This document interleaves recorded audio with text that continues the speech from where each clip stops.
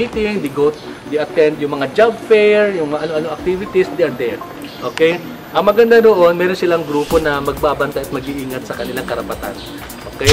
So if you want that to happen, we will organize the same. But we want you to organize among yourselves.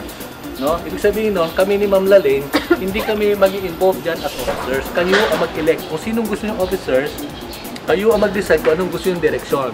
Kayo makiusap kasi every 2 years you will come and see us for the what?